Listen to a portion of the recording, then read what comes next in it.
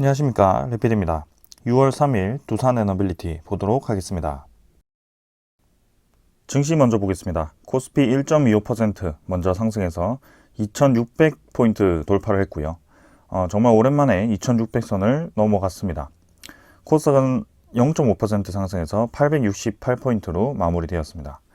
외국인 투자자와 기관 투자자가 양매수를 해주었고요. 3,700억, 2천억 가까이를 매수해주면서 코스피 상승시켰습니다. 코스닥은 기관 투자자 위주로의 수급이 몰렸고 거기에 대해서 상승을 진행을 했습니다. 자, 전반적인 증시가 전부 상승을 했습니다. 해외 증시도 마찬가지. 간밤에 이제 미국 증시도 이틀 연속 급등을 하였고요. 다우가 2% 가까이 올라가면서 이런 실제 경기에 영향을 받는 실적주 위주로의 그런 종목들도 상승을 했습니다. 나스닥 같은 기술주들도 상승을 했고요. 상해, 니케이 전부 다 상승을 했습니다. 자, 거기에 대한 이유가 있었죠. 먼저 이 디폴트에 대한 소식부터 전해드리겠습니다. 자, 며칠 전에는 이제 디폴트에 대한 우려가 계속 지속이 되다가 이제 서로 구두상으로 합의를 했었습니다. 그 이후에 이제 미국의 의회는 하원과 상원으로 나뉘게 되죠. 그래서 하원 쪽에서는 아무래도 공화당이 좀 우세를 하고 상원 쪽에서는 민주당이 우세를 하다 보니까 하원을 먼저 통과시키는 것이 핵심 포인트였습니다. 그래서 거기에서 이제 문제없이 이 부채 한도법이 통과가 되었고요. 이번에는 오늘 이제 상원 통과가 되면서 디폴트에 대한 우려가 완전히 불식되는 상황이 만들어졌습니다. 거기에 대해서 이제 글로벌 증시들이 다 같이 이제 상승을 했고요. 부채 한도를 늘리는 것을 협상을 했습니다. 그래서 결국에는 국채를 이제 더 찍어서 국채 발행을 더 해서 거기에 대해서 부채를 더 만들어낸다라고 보시면 되겠습니다. 자, 그래서 내용을 보시면 합의안은 연방정부 부채 한도 적용을 2025년 1월까지 유예하는 대신 2024년 회계연도 비국방 예산을 일정하게 유지를 하고 2025년 예산 증액을 최대 1%로 제한을 하는 것이 골자라고 합니다. 그래서 내년도 예산은 그대로 진행을 하되 2025년에는 예산을 많이 줄이겠다라는 것입니다. 그래서 미국의 이제 이 대통령 선거도 얼마 남지 않았습니다. 내년이면 진행을 할 건데요. 거기에 대해서 일단 내년까지는 시간을 벌었다라고 보시면 될 것 같고 또 내년에 이 얘기가 또 알가불가할 것 같습니다. 자, 일단은 잘 넘겼다라고 이해를 하시면 될 것 같고 계속해서 증시를 보겠습니다. 자, 코스피 지금 이제 2600선을 넘어가면서 전고점 돌파를 진행을 했습니다. 상봉 형태에서 조금 이제 아래쪽으로 떨어지는 듯한 형상이 보여서 좀 조정을 받고 갈 수도 있다라고 생각을 했는데요. 계단식으로 점점 상승을 진행을 시키고 있습니다. 그래서 2600선 돌파를 하면서 추가적인 상승을 좀 예고를 하고 있는 것 같고요. 대형주 위주로의 그런 상승이 나오다 보니까 무난하게 지금 올라가고 있는 상황입니다. 자, 코스피가 이제 고점을 찍고 금리 인상에 대해서 상당히 이제 타격을 많이 받았습니다. 2100포인트까지, 그죠? 3300에서 2100포인트까지 약 1200포인트가 떨어졌었는데요. 거기에 대해서 이제는 한 500포인트 정도 만회를 했습니다. 아직까지도 절반 수준을 도달하지 못했지만 결국에는 이전에 이렇게 많이 올라갔던 이유가 시장의 유동성 자금이 급하게 많이 풀렸기 때문이라고 생각을 한다면 지금도 상당히 반등을 많이 했다라고 볼 수 있습니다. 그래서 2600선에서 2700선, 800선을 바로 갈지는 모르겠지만 확실히 이제 시장이 좀 반등세로 접어들었다라고 보시면 될 것 같고요. 지금 이제 금리가 고점을 찍고 있습니다. 금리가 상당히 최고점이죠. 그래서 다음 달에도 금리를 추가적으로 인상을 하느니 마느니 또 얘기가 나오고 있습니다. 근데 금리를 조금 더 올려봤자 큰 영향은 없습니다. 계속 제가 말씀을 드리지만 5.5%에서 5.75%를 가든 5.75%에서 6%를 가든 큰 변화가 없습니다. 결국에는 5.5에서 6.5%를 가는지가 중요합니다. 근데 지금은 아무리 예측을 해봐도 6.5%까지 갈 수가 없고요. 0.25% 정도 생성을 더 한다라고 생각한다면 시장은 크게 반응할 수가 없습니다.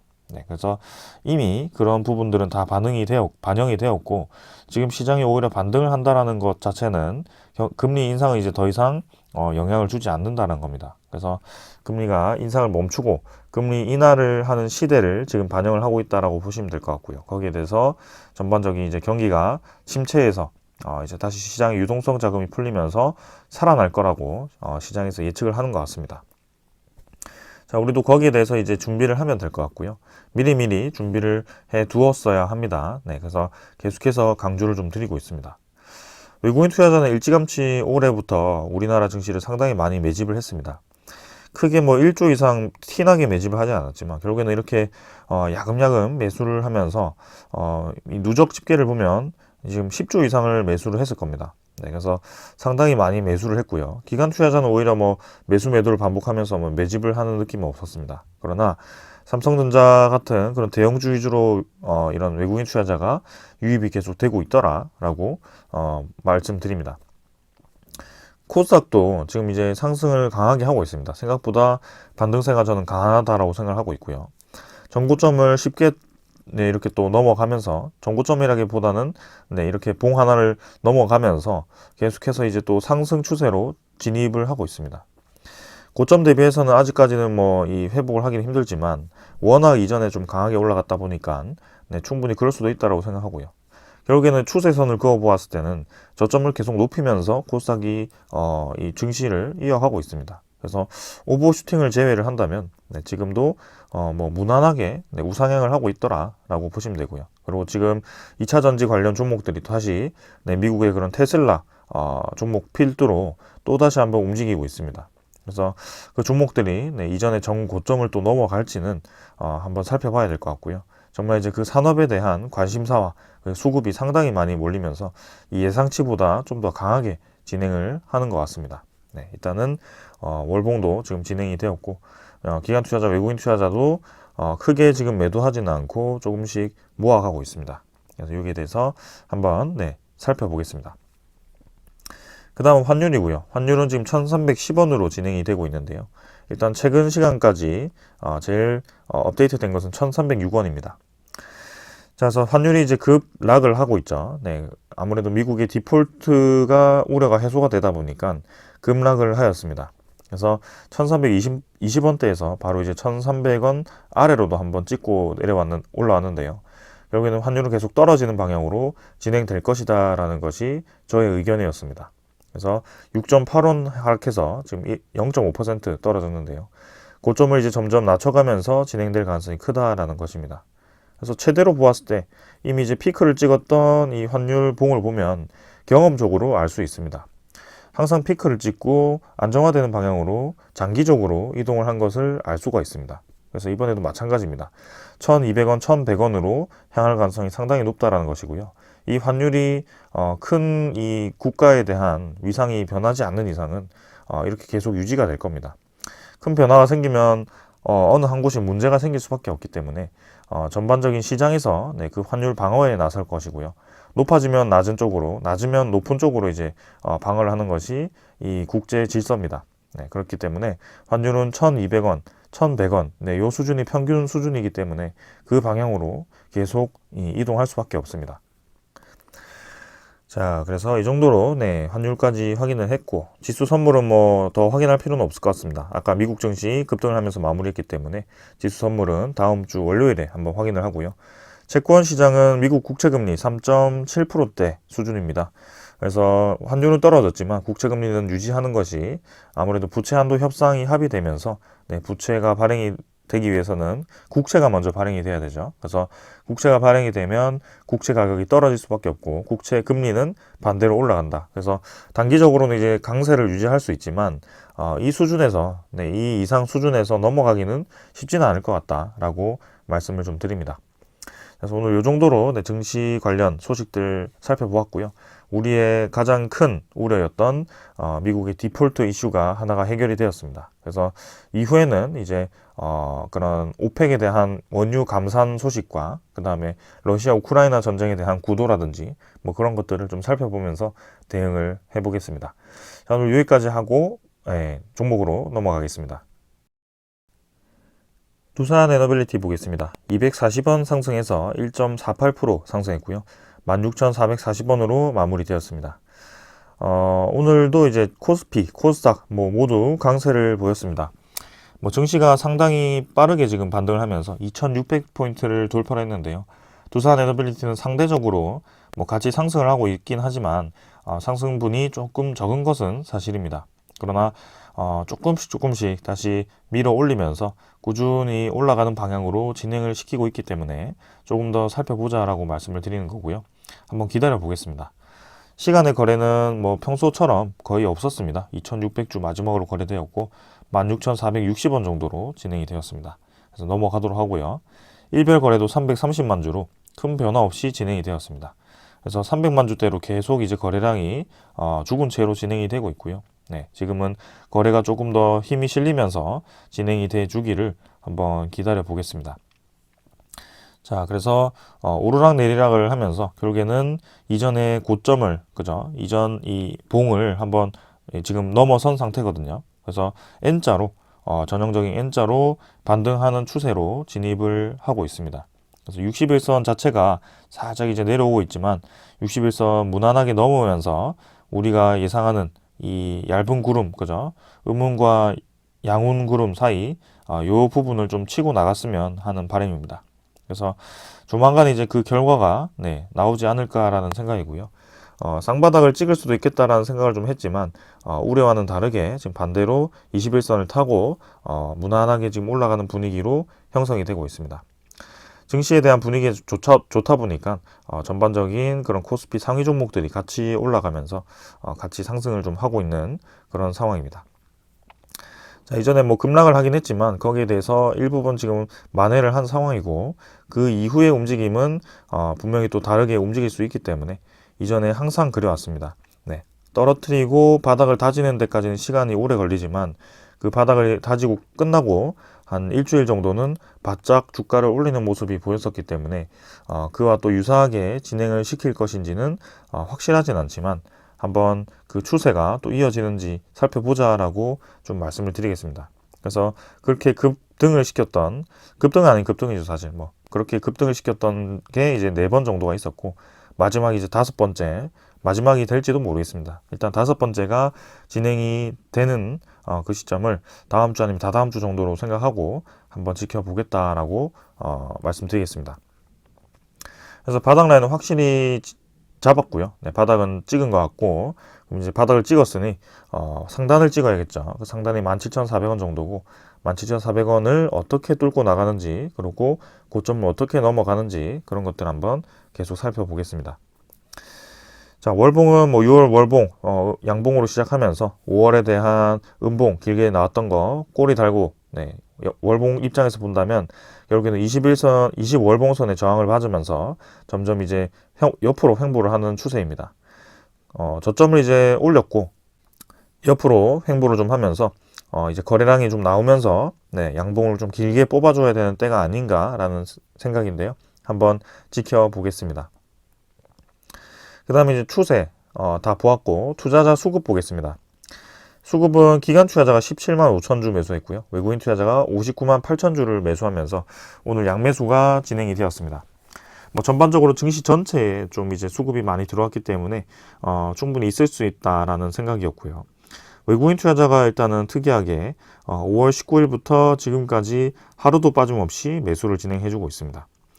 이전에는 그렇게 징하게 매도를 하던 그 외국인 투자자가 연일 이렇게 매수를 진행해주고 있고요. MSCI 리밸런싱 기준으로 해서 5월 31일에 진행이 되었고 그때 이제 물량을 JP모간, 모간서울 이렇게 물량을 많이 뱉었습니다. 그 이후에도 추가적인 이렇게 매수가 나오면서 외국인 투자자에 대한 추가 매수가 진행이 되고 있다는 것을 알 수가 있습니다. 그리고 이전에 매도를 열심히 하던 그 기관 투자자도 매수로 전환이 되어서 지금 3일 정도 매수를 진행해주고 있고요.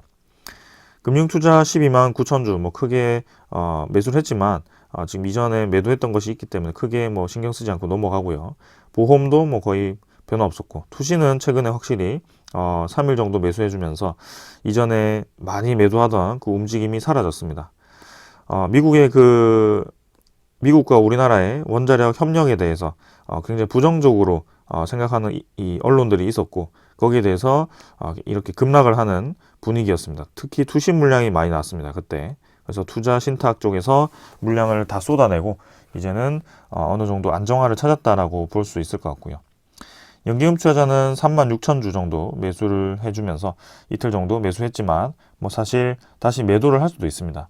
그렇기 때문에 지금은 연기금 투자자에 대한 물량은 뭐 크게 중요하게 보지는 않습니다. 이미 두산에너빌리티를 6% 이상 매집을 했다라는 것 자체가 이미 준비가 완료가 되었다라고 생각을 하고 있거든요. 자, 그래서 두산에너빌리티가 언제 출발할 것인지 한번 눈여겨서 보도록 하겠습니다. 자, 차트는 이 정도로 보았고, 네, 공매도 잔고 한번 살펴보겠습니다. 공매도 잔고 보겠습니다. 공매도 잔고는 1170만 주에서 1330만 주로 급증을 했습니다. 120만 주 정도, 130만 주 정도가 급증을 했고요. 160만 주 정도네요. 그래서 그동안 또 열심히 감소해 왔던 그 공매도 잔고가 한 번에 또 증가를 했습니다. 그 기점이 언제냐? 5월 31일 100만 주, 1거래가 100만 주 진행되었던 그날이었는데요. 지금 공매도 잔고가 늘었다는 것이 중요한 것이 아니고 이 5월 31일이 MSCI 리밸런싱이었다는 것이 중요한 시점입니다. 그래서 이 리밸런싱과 함께 제가 이 전에 영상을 정리를 했었는데요. 지금 두산에너빌리티가 MSCI에서 보증이 아니죠. 보유 비율이 늘어났죠. 그래서 유진투자증권에서는 약 200억 정도의 패시브 자금 유입을 예상을 했습니다. 근데 참 웃기게도 이 160만 주 정도에 대한 그 공매도 잔고와 그죠? 한 번에 늘었는데 그 평균 단가와 계산을 해보면 이 패시브 자금 유입과 상당히 유사한 금액이 또 계산이 됩니다. 뭐 이게 딱 맞게 지금 공매도를 쳤는지는 모르겠지만 뭔가 지금 패시브 자금 유입과 이 공매도에 대한 상관관계가 있는 것 같다라는 계속 말씀을 드립니다. 그래서 두산에너빌리티 외에도 뭐 셀트리온이라든지 셀트리온 헬스케어라든지 아니면 포스코 퓨처엠이라든지 이런 대표적인 이 보유 비율 증가 종목들도 그 5월 31일 당시에 공매도 비율이 상당히 높았습니다. 실제로 제가 공매도 잔고도 다 확인을 해봤는데 공매도 잔고가 그날 기점으로 해서 급증을 하는 모습이 있었습니다. 하나 에어로스페이스도 마찬가지 MSCI 신규 진입을 했거든요. 그래서 신규 진입을 하는 만큼 이 공매도 거래도 굉장히 활발했습니다. 그날 공통점은 그날 이 공매도 거래가 활발한 그날 매도 상위 종목에는 상위 기업에는 모간서울과 JP모간 신한증권이 있었습니다. 모든 종목이 다 똑같았습니다. 근데 그 이후에 그죠 이틀 동안은 공매도 거래가 확 줄어드는 모습이 있었고요. 두산에너빌리티도 마찬가지입니다. 대신 또 모간서울과 JP모간이 매수를 다시 시작하는 모습이 있었습니다. 그 종목들 다 공통점이 있었습니다. 그래서 MSCI 리밸런싱을 공매도를 활용해서 지금 물량을 배분하고 있는 것을 확실히 알 수가 있었고 MSCI 리밸런싱이라는 것은 2월, 5월, 그 다음에 8월, 11월인데 5월과 11월이 반기 리밸런싱으로 크게 진행된다는 것을 말씀을 드렸습니다. 그래서 다음 이제 리밸런싱이 11월 정도 크게 진행되기 때문에 그 10월 정도에 또 공매도 거래가 활발하게 진행될 수 있다. 네, 그런 것들을 좀 염두를 해두시면 되겠습니다. 근데 그 비율이 활발하게 진행된다는 것은 그만큼 보유 비율이 높이 증가했다라는 것이고 두산에너빌리티가 이번에 이 모건 스탠리가 판단했을 때 비중을 높여야 된다라고 보고서를 냈기 때문에 이런 식으로 좀 진행이 됐던 겁니다. 결국에는 그 물량을 확보하는 데까지 공매도를 이용해서 주가가 오르락내리락 하고 지겹게 흘러가긴 했지만 이제 MSCI 리밸런싱이 끝나고 났을 때 보유 비율을 증가하라고 했기 때문에 계속해서 비중을 늘려가는 것이 아닌가라는 추측을 해봅니다. 자, 일단은 그래서 계속해서 진행을 해보겠습니다. 전날도 이제 신한증권이 매수가 있었고 최근에는 이제 골드만삭스가 매수에 좀 자주 보입니다. MSCI 리밸런싱 당시에도 골드만삭스가 매수를 진행했었고요. 어제도 그렇고 골드만삭스가 6월 2일에도 매수를 했습니다. 지금 26,000주밖에 매수하지 않았지만 결국에는 골드만삭스가 이번에 바톤 터치를 받았다라는 생각이 좀 들고요. 계속해서 이 수급 창구에 골드만삭스가 자주 보이는지 한번 살펴보겠습니다. 자, 그 다음은 이제 대차잔고 확인해 보겠습니다. 대차잔고는 체결이 65만 주 진행되었고 상환이 44,000주 진행되면서 또 이제 2,990만 주로 대차 잔고가 늘었습니다. 공교롭게도 공매도 잔고가 줄어드는 만큼 대차 잔고도 같이 줄어드는 모습이었는데, 그 공매도 잔고가 다시 채워지니까 대차 잔고도 다시 채워지는 모습이 나왔습니다. 그래서 공매도 잔고가 채워지면서 같이 좀 늘어나는 모습이 보였고, 그 물량도 한 130만 주 정도로 늘었다라고 보시면 됩니다. 그래서 지금은 대차 잔고가 늘었다, 공매도 잔고가 늘었다라는 것보다는 MSCI 리밸런싱에 그 대차와 공매도가 이용이 되었다라고 이해를 하시면서 좀 가볍게 넘기시면 될 것 같습니다. 자, 그래서 외국인 추적 물량이 60만 주, 당일이 59만 주로 진행되면서 지금 10일 연속 매수가 들어왔고요. 외국인 보유율이 12.3%입니다. 결국에는 11.8%에서 12.3%까지 보유율이 증가를 했다는 것이고요. 수량으로 따지면 거의 300만 주 가까이를 꾸준히 매수를 해주고 있습니다. 그래서 그래프를 보셔도 이 외국인 증권사가 꾸준히 지금 이탈을 했다가 다시 매수를 하기 시작하니까 주가가 다시 올라가기 시작합니다. 그래서 최근에 이 두산 에너빌리티에 대한 주가 형성에는 외국인 투자자가 굉장히 영향을 많이 주고 있다라고 이해를 하시면 되고요. 거기에 대해서 이제 전체적인 거래량이 낮다 보니까 이런 움직임이 계속 나오는 것 같습니다. 자, 이랬든 저랬든 간에 결국에는 두산 에너빌리티는 저점을 찍고 올라가는 분위기로 형성이 되고 있고요. 제가 보니까 계속해서 이제 두산 에너빌리티 주가가 올라가지 못하는 이유가 총 주식수가 많다라는 분이 계십니다. 당연히 주식수가 많으면 좀 문제가 될 수 있긴 하죠. 그만큼 이제 한 주당 가치가 떨어지기 때문이고, 주식수가 그 한 주당 가치가 떨어진다는 것은 이미 낮은 가격에서도 시가총액이 높다는 거죠. 주식수가 많기 때문에. 현재 두산 에너빌리티의 시가총액은 10조 수준입니다. 근데 제가 보는 두산 에너빌리티의 가치는 10조보다 훨씬 높거든요. 적어도 20조 이상은 될 거라고 예상을 하고 있기 때문에 현재 주가보다 2배 이상은 올라갈 거라고 저는 보고 있습니다. 장기적으로 보았을 때. 그리고 그 주식수가 많아서 못 올라간다는 것은 모순입니다. 예를 들어 5월 17일부터 현재까지 거래량 자체가 500만 주를 넘어가는 날이 단 하루밖에 없습니다. 근데 두산 에너빌리티의 총 주식수가 6억 4천만 주입니다. 근데 1%라고 하면 600만 주거든요. 근데 지금 거래량을 보시면 하루에 이 회전이 되는 주식수가 두산 에너빌리티가 1%도 채 되지 않는 수량입니다. 근데 그런 수량으로도 15,000원대에서 16,400원까지 이렇게 바짝 올릴 수 있는 겁니다. 거의 15,300원이네요. 그래서 10% 정도를 상승시킬 수 있을 만큼 진행이 된 것입니다. 그래서 적은 거래량으로도 이렇게 올릴 수 있다는 것이고요. 결국에는 지금 두산 에너빌리티에 영향을 주고 있는 이 세력이 매수를 하느냐 매도하느냐에 따라서 계속 움직이고 있는 것입니다. 그래서 그런 이해관계가 끝났을 때 이런 세력들이 다시 한번 수급이 유입되면서 거래량이 증가를 했을 때 주식수와 총 주식수와는 상관없이 거래 회전만 잘 되면 상당히 빠르게 올라갈 수 있다는 겁니다. 그런 것들이 이제 일리가 될 수 있는 것이 이런 구간입니다. 그래서 우리가 급하게 생각할 것 없이 주식수는 크게 중요하지 않다. 분명히 줄어들면 이 주당 가치수가 주당 가치가 높아지니까 오히려 올라가기에는 유리할 수 있겠죠. 그래서 뭐 자사주 소각이라든지 그런 이제 주주 친화적인 조치를 해주는 것도 동의합니다. 그러나 현재 입장에서만 보았을 때 꼭 주식수가 많다라고 해서 지금 못 올라가는 것은 아니고 매수 수급이 좀 부족할 뿐이다라고 생각을 합니다. 그래서 매수 수급이 좀 붙어준다면 두산 에너빌리티는 뭐 4% 5% 쉽게 올라가는 종목이라고 저는 생각하거든요. 그래서 항상 장 초반에 4% 5%를 바짝 올리고 종가까지 가격을 유지하는 모습을 제가 많이 보았었기 때문에 거기에 대해서 충분히 지금 이 두산 에너빌리티를 움직이는 세력이 지금 들어와 주기만 하면 된다라고 이해를 하면 될 것 같습니다. 그래서 이 정도로 기술적인 부분 다 말씀을 드렸고요.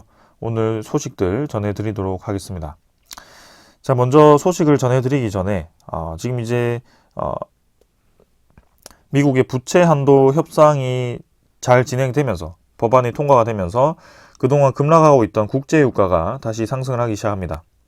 그래서 국제유가가 67달러 $71까지 하락을 했다가 다시 올라왔고요. $71, 거의 $72까지 회복을 했습니다. 그래서 최근에 급락 사태는 무난히 다시 올리면서 진행이 되었고요. 그러나 여전히 최근 $100 이상 높아졌을 때 대비해서는 낮은 수준이긴 합니다.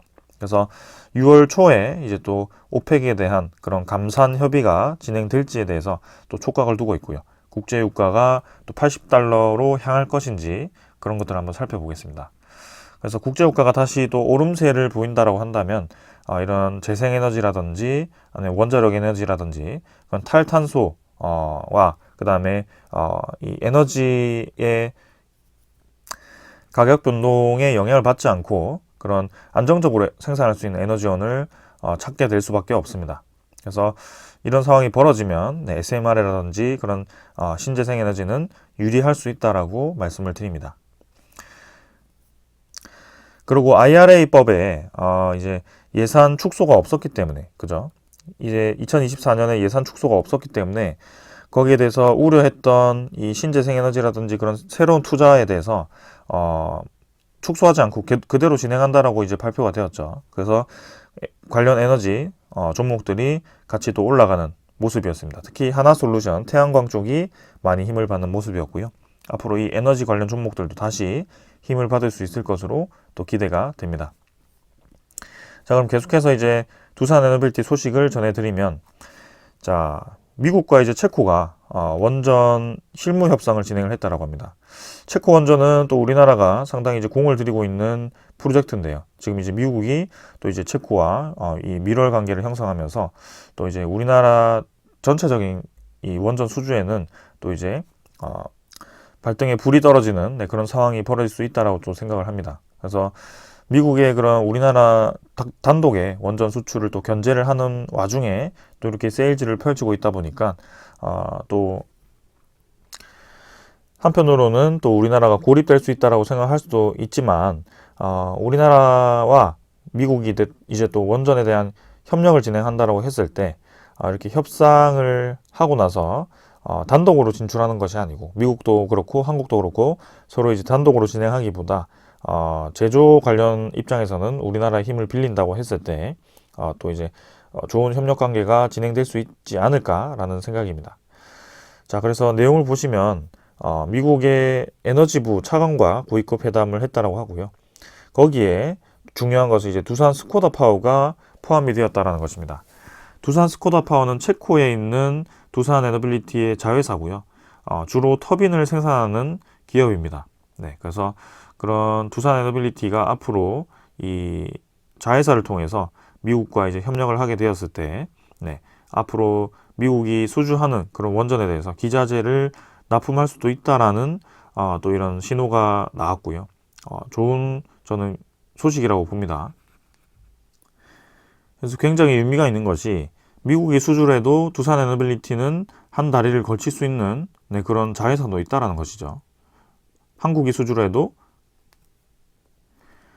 두산 에너빌리티가 당연히 수주를 할 수 있는 것이고요. 그래서 누가 수주를 했던 결국에는 두산 에너빌리티는 시장에 참여를 할 수 있습니다. 그래서 전체적인 에너지 시장이 커지기만 한다면 두산 에너빌리티 앞으로 수혜를 볼 수밖에 없는 상황이다라는 것을 강조를 좀 드립니다. 그리고 이번에 IRA법이 통과가 되면서 원자력으로 전기를 생산했을 때 세금 할인 혜택을 또 미국에서 대폭으로 지원을 해주기로 했기 때문에 미국 내에서도 원자력에 대한 확대가 계속 진행될 것으로 예상이 됩니다. 그래서 아주 좋은 상황이다라는 것을 강조를 드립니다. 자, 그리고 이제 두 번째 소식입니다. 뉴스케일 파워가 6,600억 규모 유상증자를 추진한다라고 하는데요. 이 유상증자라고 하면 우리나라의 그런 유상증자를 또 생각할 수도 있습니다. 그러나 자, 내용을 보시면 뉴스케일 파워가 $5억 믹스드 쉘프 오퍼링을 추진을 한다고 합니다. 그래서 우리나라 이 기업들이 투자를 할 것인가에 대해서 기대를 하고 있는데, 자, 이 내용을 보시면 이전에 엔비디아 최근에 이제 반도체 이슈와 함께 엔비디아가 상당히 주목을 받고 있죠. 근데 그 엔비디아도 유상증자를 포함한 최대 $100억 자금 조달 계획안을 제출을 했었습니다. 지난 3월에. 그러면 보시면 이제 여기도 믹스드 쉘프 오퍼링입니다. 그래서 13조 원 규모로 뉴스케일 파워는 비교할 수 없을 정도로 상당히 많은 규모이긴 한데요. 그러면 믹스드 쉘프 오퍼링이 도대체 뭔가 이제 보면, 쉘프 오퍼링이란 이제 주식을 활용한 기업의 자금 조달 방법 가운데 하나다. 일반적인 유상증자처럼 한 번에 주식을 파는 것이 아니라 일정 기간을 정해두고 필요한 만큼 주식, 그 다음에 채권 등 다양한 증권들을 팔 수 있도록 하는 것으로 미국에서는 기업들이 자금 조달을 하기 위해서 자주 활용하는 제도이다. 국내에는 없다라고 합니다. 참 이게 좋은 제도라고 저는 생각을 하는데 왜 국내에는 없을까요? 이게 국내에도 좀 추진을 했으면 좋겠는데, 국내에는 꼭 이제 유상증자를 구주주 유상증자로 해서 직접 이제 개미들에게 돈을 요구하는 그런 유상증자가 일반적입니다. 그래서 상당히 이제 욕을 많이 먹기도 하고 부정적으로 인식이 강한데요. 이렇게 분할로 유상증자를 하면서 직접 이제 제3자 유상증자처럼 기업이 또 참여할 수 있는 그런 좋은 기회를 준다면 분명히 좋은 방법일 것 같습니다. 그래서 기업이 필요할 때마다 그때그때 발행을 한다는 것도 저는 좋을 것 같고요. 인식 자체가 좀 많이 개선이 될 것 같습니다. 그래서 이렇게 엔비디아도 했고 이전에 테슬라도 진행을 했었고요. 결국에는 이번에 뉴스케일 파워도 자금 조달을 위해서 이렇게 추진을 하고 있다라고 이해를 하시면 되겠습니다. 그래서 자, 두산 에너빌리티와 삼성물산, GS에너지가 또 뉴스케일 파워의 자금 조달에 또 이렇게 지분 투자를 추가로 하면서 또 이제 이 지원을 해줄 것인지 그런 것들도 한번 살펴보겠습니다. 그리고 뉴스케일 파워도 앞으로 주가 상승이 예상되기 때문에 이렇게 진행을 한 것 같고요. 여기 보시면 미래의 주가가 상승했을 때 신규 증권을 발행하면 더 큰 자금을 조달할 수 있기 때문에 이렇게 믹스 쉘프 오퍼링을 한다라고 합니다. 그래서 지금 뉴스케일 파워 주가가 상당히 많이 떨어져 있는데요. 다시 반등을 하기 시작한다면 또 뉴스케일 파워도 적절한 시기에 저렇게 증권을 또 늘리거나 아니면 채권을 발행하면서 이 자금 조달을 할 것으로 예상이 됩니다. 자, 그래서 앞으로 뉴스케일 파워가 SMR 시장 확대에 따라서 어떻게 움직이는지 그런 것들도 한번 살펴보겠습니다. 자, 그 다음은 이제 두산 에너빌리티의 UAE 소식인데요. 이번에 UAE 무바달라 이 고위급 인사들이 한국을 방문해서 투자처를 계속 찾고 있다는 것을 제가 말씀을 드렸습니다. 근데 이전에도 보시면 2010년경에 UAE 대통령이 한참 오르기 전에 아부다비 왕세자 신분으로 한국에 공장을 찾았는데 거기에 이 두산 에너빌리티가 상당히 공을 들인 적도 있었다라고 합니다. 그래서 신고리 3, 4호기 제작 과정을 공개하고 직접 이제 무하마드 왕세자가 구석구석 이렇게 두산 에너빌리티를 방문하면서 공장 촬영까지 했다라는 소식이죠. 그래서 이번에도 왕세자 신분으로 다시 한국과 만나 300억 달러의 투자를 약속했고 UAE 대통령의 최대 관심사로 차세대 원전 개발 등 친환경 에너지가 꼽힌다라고 하죠. 그래서 여기서도 SMR에 대해서 상당히 관심이 있을 거다라는 것을 또 이렇게 암시를 합니다. 그래서 UAE에 대한 투자금이 분명히 SMR로 유입이 될 거라고 생각을 하는데 그중 이 두산 에너빌리티를 또 상당히 염두에 두고 있지 않을까라는 또 이런 생각이 듭니다. 그래서 투자처가 어디로 나올지 발표가 되어야는 알겠지만 확실한 것은 두산 에너빌리티에 간접적으로나마 투자가 될 가능성도 상당히 높다라는 것을 우리가 알 수 있습니다. 그래서 정부에서도 지원을 해주고 UAE에서도 지원을 해주고 미국과 일본, 한국, UAE 이렇게 협력을 해서 뉴스케일 파워 루마니아 쪽에도 SMR 진출을 하고 결국에는 이 자금 조달 입장에서 상당히 두산 에너빌리티 입장에서는 숨통이 트인 상황이다라고 말씀을 좀 드립니다. 그래서 추가적인 무리한 유상증자라든지 그런 블록딜은 있을 수가 없는 상황이고요. 제가 저번에도 말씀드렸지만 정말 진짜 돈이 궁하다라고 한다면 아주 좋은 종목이 하나 있습니다. 두산 밥캣. 지금 사상 최고가를 계속 달리고 있습니다. 16,900원을 어제 찍었고요. 16,900원 아니죠. 56,900원이죠. 57,000원을 거의 찍은 상황이기 때문에 지금 밥캣 입장에서는 역사적 신고가를 앞두고 있는 상황입니다. 그렇기 때문에 두산 에너빌리티 입장에서 두산 밥캣의 지분 51%를 들고 있다고 한다면 제가 그때 10%만 팔아도 지금 5천억 이상을 회수할 수 있다고 말씀을 드렸는데요. 지금 그런 상황입니다. 그래서 자회사의 가치가 높아지고 있기 때문에 두산 에너빌리티의 가치도 당연히 높아져야 된다고 생각하는 것이고, 거기에 대해서 지금 나쁠 이유는 전혀 없습니다. 2분기 실적도 상당히 좋을 것으로 기대가 되고 올해 내내 그냥 두산 밥캣이 좋을 예정입니다. 그리고 두산 에너빌리티도 지금 이제 두산 밥캣의 PRS 계약이라든지 그런 것들이 없기 때문에 이제는 자회사 이탈도 없기 때문에 이제 진정한 실적이 드러날 것이고, 거기에 대해서 올해는 이 순이익도 상당히 높을 것으로 예상이 되는 상황입니다. 거기에 수주도 계속 이어지면서 수주 잔고가 급격하게 늘어나고 있기 때문에 우리가 전혀 급할 것이 없죠. 그래서 시장이 때가 되면 두산 에너빌리티에 관심을 가질 것이고 거기에 대해서 주가를 올릴 것인데요. 지금은 우리는 기업이 개선되는 과정을 미리 우리만 알고 있다라고 이해를 하시면 될 것 같습니다. 그래서 그거를 보고 미리 투자를 해놓았다라고 생각하시면 되고요. 그 투자자들이 주가를 올리지 않았기 때문에 이 수주 잔고가 늘어나고 뭐 지분 가치가 올라가고 이런 것들이 모두 잘못된 게 아닌가, 이렇게 역으로 생각하는 것은 잘못되었다라고 생각합니다. 그래서 정말 좋은 투자자라면 미리 이렇게 기업을 분석해 놓고 주가가 떨어졌을 때 투자를 해 놓는 것이 좋은 투자자가 아닐까라는 생각입니다. 그래서 김 의장이 이렇게 또 헝가리 체코 순방을 출국했고요. 배터리와 원전 협력을 모색한다고 합니다. 그래서 최근에 계속해서 뭐 산업부 장관이라든지 아니면 의장이라든지 아니면 차관이라든지 이렇게 전 세계적으로 돌아다니면서 우리나라의 이 산업의 강점을 알리고 거기에 대해서 세일즈를 펼치고 있습니다. 뭐 MOU 체결이라고 해서 뭐 구속력이 없다라고는 하지만 적어도 열심히 돌아다니면서 세일즈를 하고 있는 것은 사실입니다. 그래서 10개를 돌아다녀서 하나라도 건지면 저는 좋은 상황이라고 생각을 하고요. 거기에 대해서 지금 잘 진행이 되고 있다. 두산 에너빌리티를 밀어주는 상황이 만들어지고 있다는 것을 강조를 드리면서 오늘은 여기까지 하도록 하겠습니다. 자, 결국에는 기다리면 때가 온다라는 것을 다시 한번 강조를 드리고 싶고요. 삼성전자처럼 두산 에너빌리티도 고점을 넘어가면서 올라가기를 바랍니다.